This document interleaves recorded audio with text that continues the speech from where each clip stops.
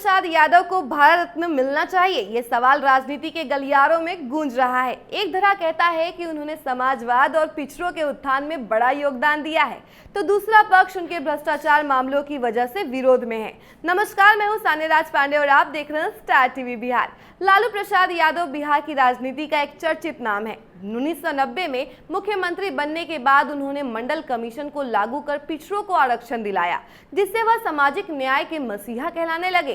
Rail मंत्री रहते हुए भी उन्होंने भारतीय रेलवे को मुनाफे में लाने का दावा किया, जिससे उनकी छवि और मजबूत हो गई। लेकिन राजनीति में जहां सफलता होती है वहां विवाद भी होते हैं। लालू यादव पर चारा घोटाला का आरोप लगा और उन्हें जेल भी जाना पड़ा। इसके बाद उन्हें चुनाव लड़ने से भी रोक दिया गया। अब उनके समर्थकों का कहना है कि उन्होंने समाजवाद और पिछड़ों के लिए इतना कुछ किया है कि उन्हें भारत रत्न मिलना चाहिए। लेकिन विरोधी कहते हैं कि जिन पर भ्रष्टाचार के गंभीर आरोप हैं, उन्हें देश के सर्वोच्च सम्मान से नवाजा नहीं जा सकता।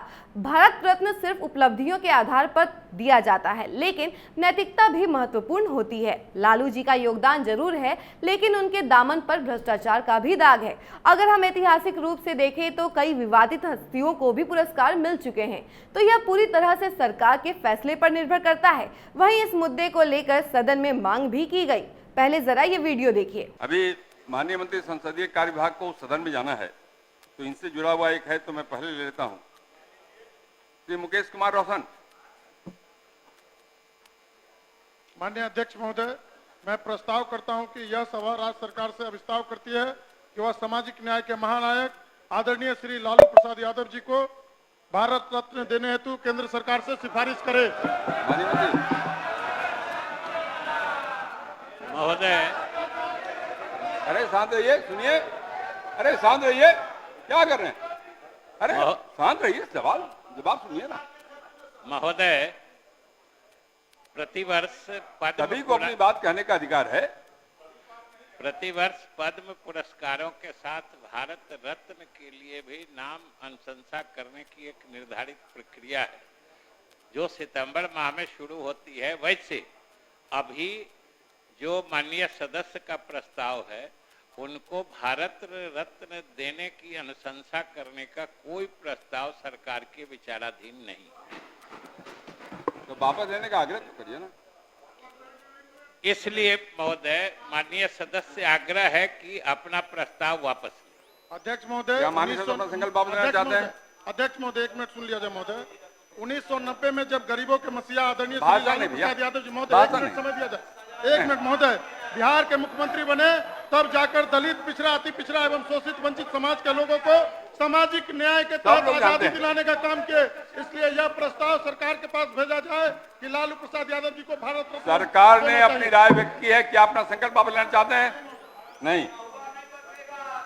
जो इस प्रस्ताव के पक्ष में है वे हाँ कहें, जो इस प्रस्ताव के विपक्ष में वे ना कहें।